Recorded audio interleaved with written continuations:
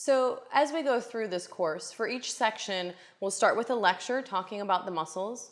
Then we'll go through the experiential portion of it, really palpating and experiencing and feeling each of the muscles.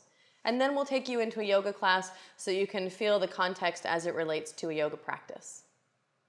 So for this first time, we're going to come into the experiential part, and it's good to have some props ready.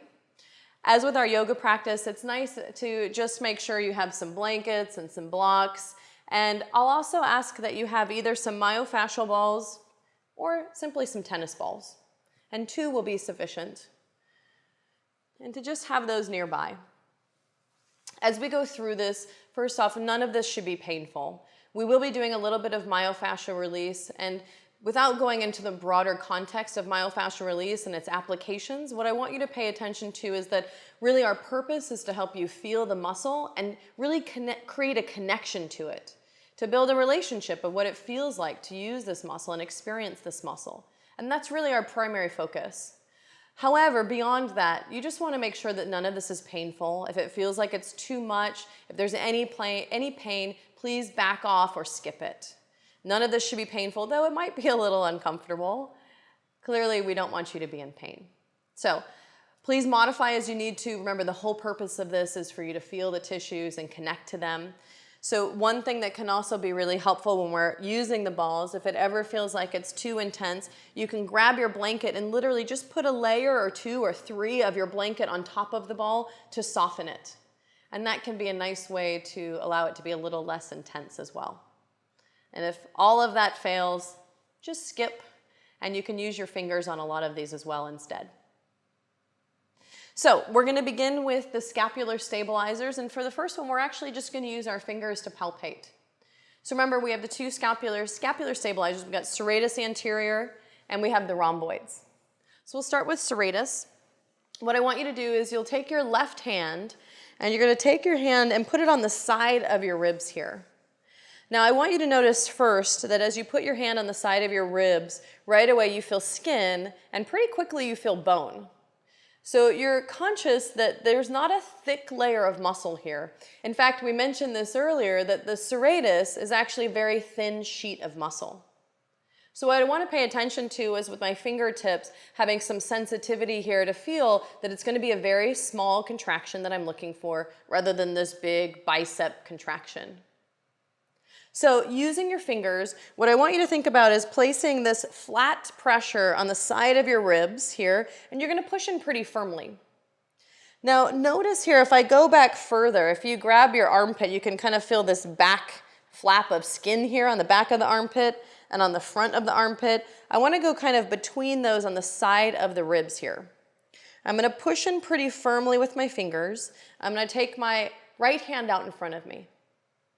Then from there, I'm just going to hug my shoulder into the socket, just gently. So it's hugging in away from my ear, just lightly. And I'm going to keep that as I push my arm forward.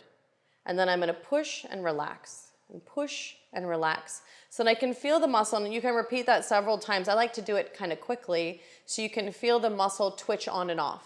So you'll feel it engage as you push and relax as you soften.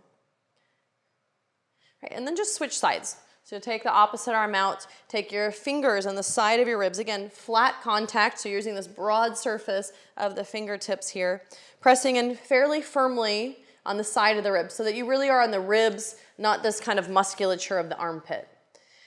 So I'm pushing in pretty firmly, taking the shoulder and just gently moving it away from my ear as I push forward and relax. And then push and relax and push.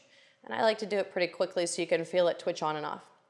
Notice, and we'll look at the lats later, but notice that I'm not feeling the lats, which you will feel engage as well. If I move back far enough, you'll feel that more vigorously activate, but I'm really feeling for the subtlety on the side of the ribs, which is actually a lot more fine-tuned than that larger contraction of the lats.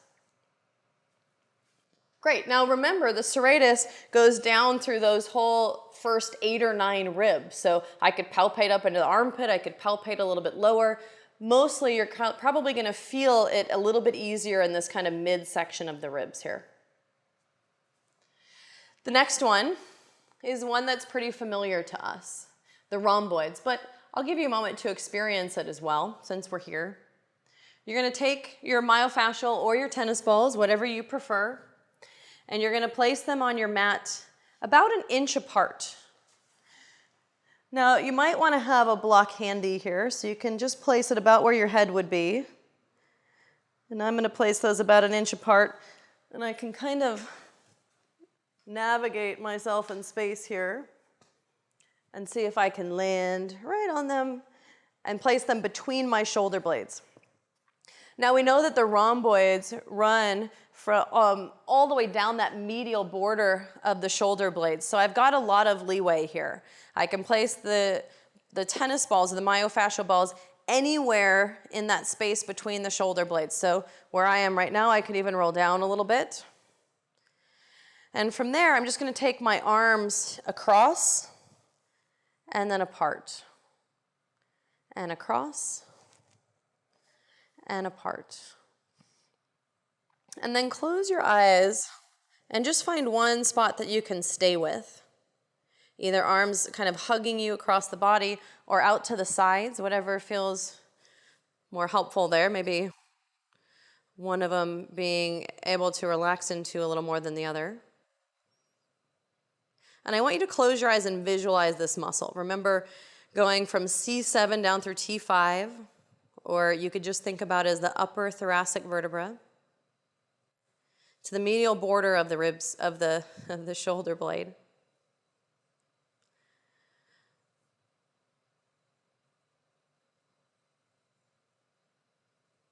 And just see if you can visualize the muscle fibers running from the spine to the scapula. And if you want to, you can move the arms around again. You might even move them in little circles just so that you can feel the tissues underneath you. Now, if we were doing this as a myofascial practice, we could stay there a little bit longer, and you're welcome to continue with that. It's usually an area that feels really nice to release. But for our purposes, I'm just going to move the block out from under me. I'm going to clasp my hands behind my head. Now this one's a little bit more intense, so be wary if you're already feeling a little too much tenderness there, you can skip this one. But I'm just rolling up and down along that medial border of the shoulder blades so you can feel that attachment, and you might not need to do it a lot. But I'm just rolling up and down a little bit, feeling that attachment there. Great, so hopefully that gives you a little familiarity with these less kind of connected muscles of serratus, this area that tends to go a little bit more dormant, that can be a little harder to connect to, and the rhomboids, which are usually pretty easy to connect to.